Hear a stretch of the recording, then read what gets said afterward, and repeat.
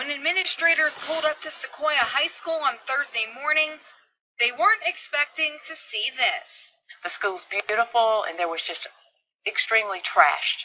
Monroe County school officials are referring to it as a senior prank. One school board member disagrees. It was not a prank in my view. It was vandalism. More than 100 students destroyed the school property, leaving behind dead animals and creating a hazardous environment.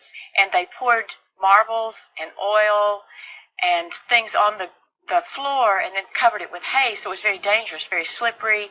Teachers were forced to come in early and clean up the damage on Thursday, while students waited in the gym. So they scrubbed and worked and cleaned it up, and we had school. However, to the taxpayer, that could, be close to $3,000 worth of instructional money that was lost. Monroe County Schools released a statement saying the Monroe County Sheriff's Office will be investigating any participation by adults. Yes, I understand senior year. I taught for many years, but my position has always been that when you make certain choices, that you have to be willing to face the consequences.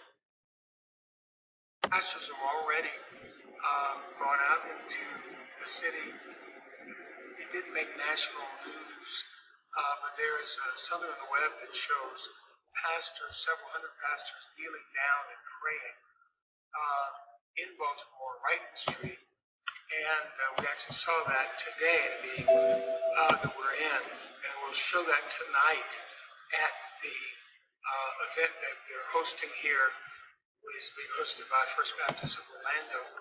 So I think prayer can help diffuse challenging people to think about the ramifications of their action.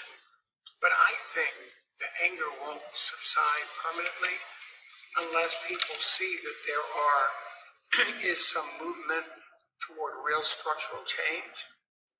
And so this movement, Direct South Church, is really based on the concept that there are best principles already in the church going on that people like First Baptist of Orlando are doing. And I'll reference a couple of things that I'm aware of. And then these bridges to peace, we've identified them. There's 7.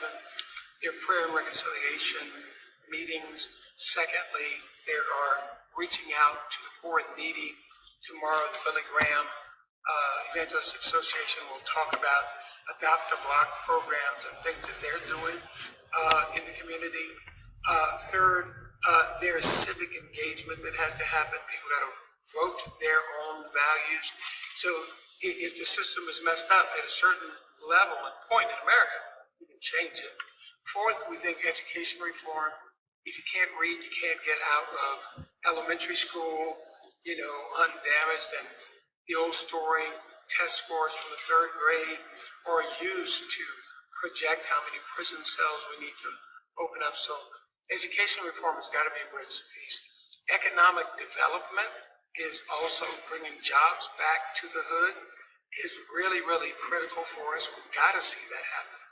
And then I believe that there is going to have to be a major work. I think I've gotten all 7 of them to you. A major work in the area of criminal justice reform. A simple way to think about this is that this is a funnel, and here at the end of the funnel is police brutality, people dying on the street. This is very sad. It's an important thing. We've got to deal with that, right?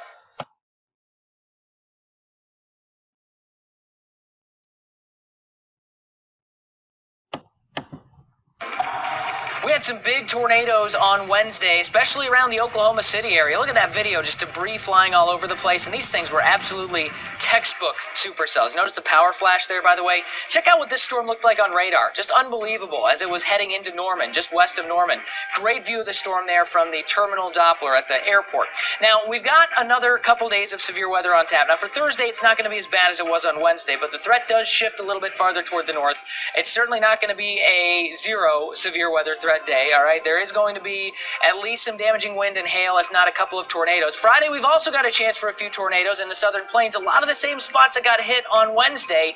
But, guys, Saturday is going to be the big day. So this is the real day you got to pay attention closely. Torcon of 6 for western central Oklahoma, western Kansas, and that number might go up over the next couple of days.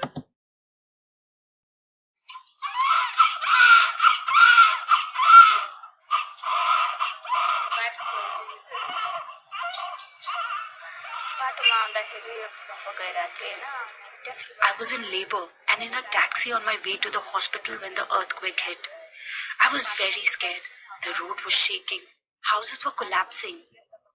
They did not let anyone inside the hospital at first because of the aftershocks. They gave me painkillers. I waited outside until it was safe to go in. My baby was born at 11 that night, the same day as the earthquake. It was a long and painful delivery. My house has been completely destroyed and we have nowhere to live. But I'm happy that I managed to give birth to a healthy baby. After I leave hospital, I'll go to my sister-in-law's house and we'll have a small naming ceremony for my son. Then we'll go to my mom's for a while. Nobody in my family died, even though the earthquake was so bad. Maybe because of my child. That's why I'm calling him Lucky. I was inside the room and I was very afraid at that time. But I know something about earthquake, so I didn't run away from the room. I stopped, and after the earthquake, I get out from my house. And I feel very afraid that may I lost my baby.